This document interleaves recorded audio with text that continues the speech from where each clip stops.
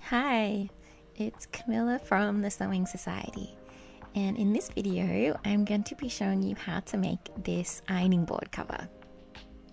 I recently did a huge clean out of my workroom and I came across this really cute fabric, and straight away I thought it could make a really good ironing board cover, as mine's starting to look a little bit worse for wear and it would be nice to give it a bit of a facelift.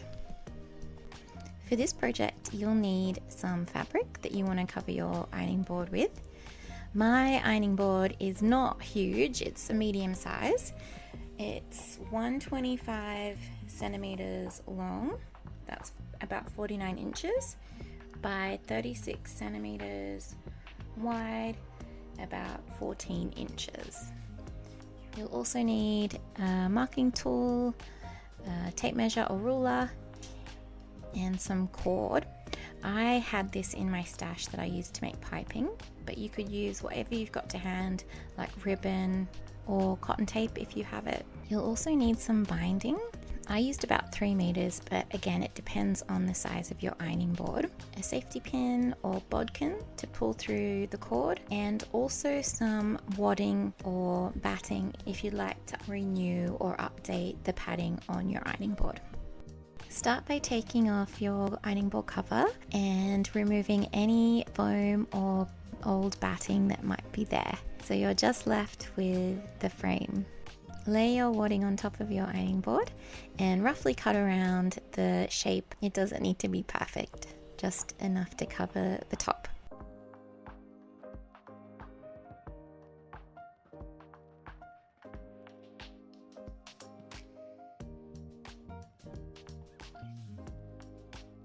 I decided to keep the ironing board cover that I already had as additional padding.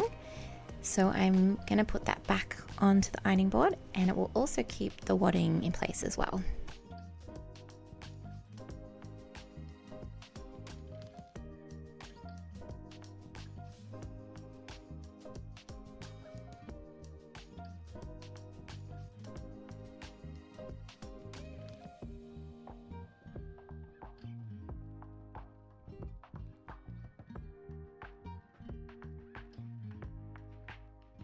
Now it's time to cut out the fabric.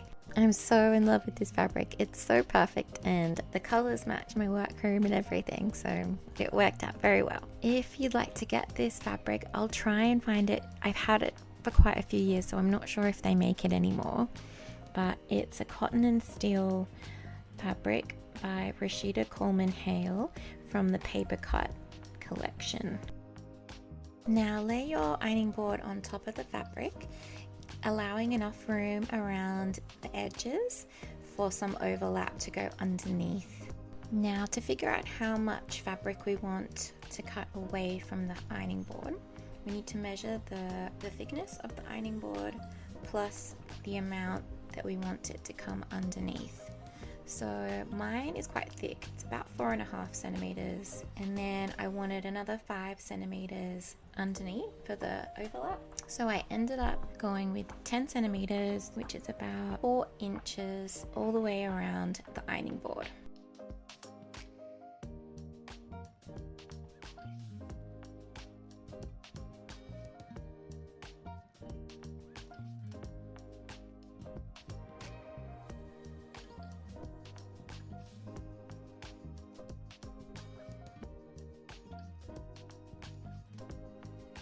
One side that I marked out looked a bit nicer than the other, so to make it symmetrical I decided to cut out one half and then flip that over and cut out the other half so that they were the same.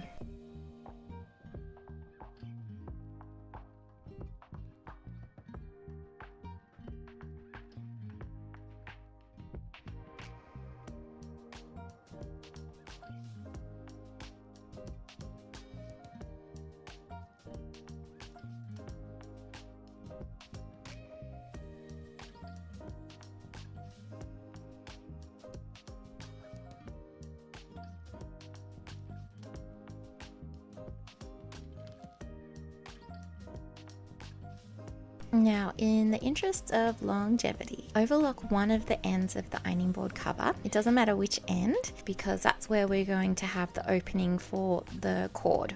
Now we're going to attach the bias binding all the way around the edge of the cover.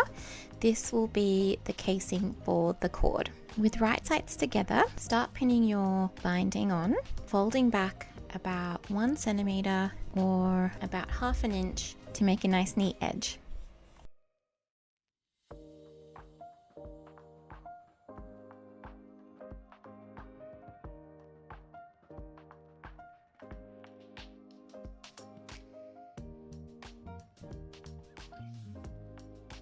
Once you've pinned your binding in place all the way around, and just before you get to the end, leave a small gap of about 1 centimeter or 1/2 inch for the cord. I forgot to mention before, the width of the binding that I'm using is 4 centimeters or about 1.5 inches wide.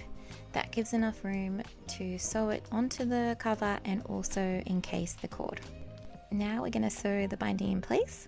I use a 1 centimeter seam allowance or about 1/2 inch.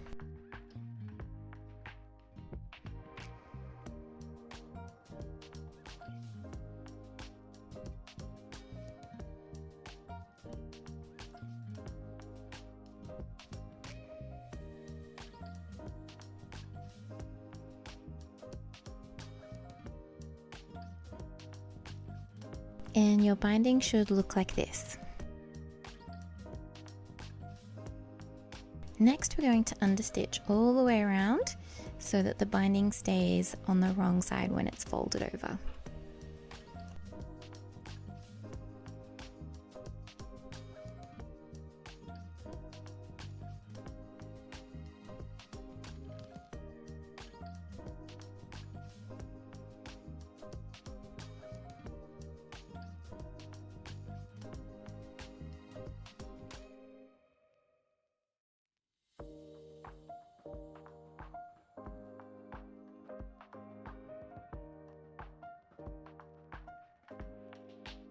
Now press the binding to the wrong side of the fabric, and then we will stitch it down to make a casing.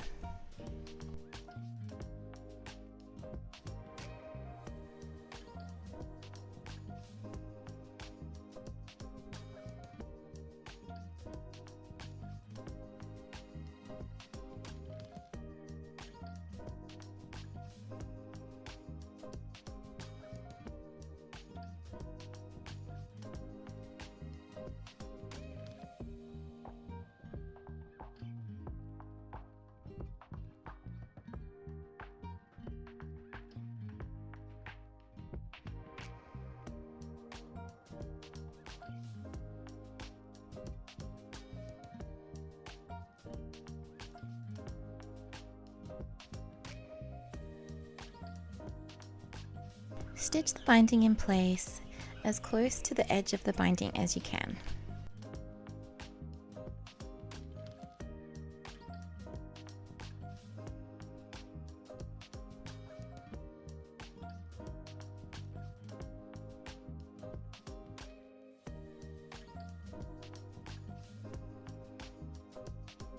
Now all that's left to do is thread the cord through the casing, and we've finished our ironing board cover. Now I have this fantastic bodkin that I recently got for my birthday. It's a Clover brand bodkin. I'll put a link to it in the description below. It's life-changing, it's so good. If you don't have a bodkin, don't worry, you can just use a regular safety pin to thread the piping through your binding.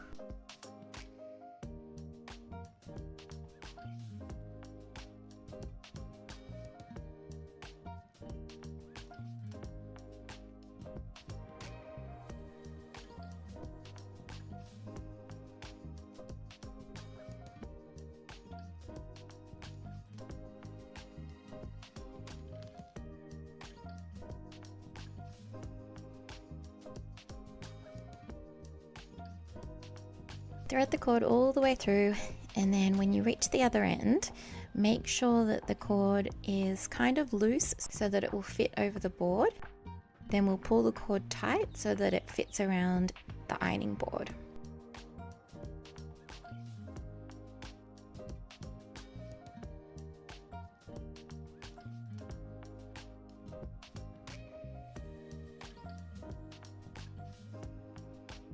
Now grab your ironing board and place it on top of the cover, and we're going to start to ruche in the cord so that it fits nice and snug around the board.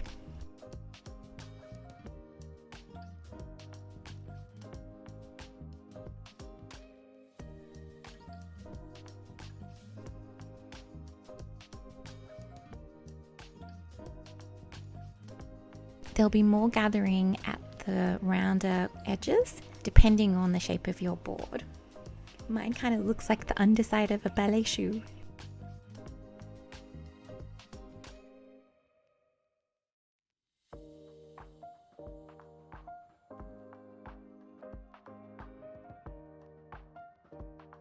Now tie it as tight as you can.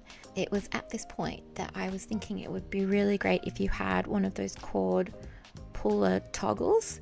Then you could just, pull it in as tight as you wanted without trying to hold everything in place while you tie a bow.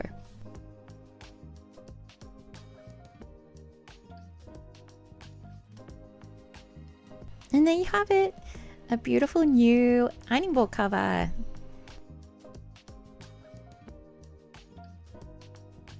I just tucked the dangling bits of cord into the underside of the cover.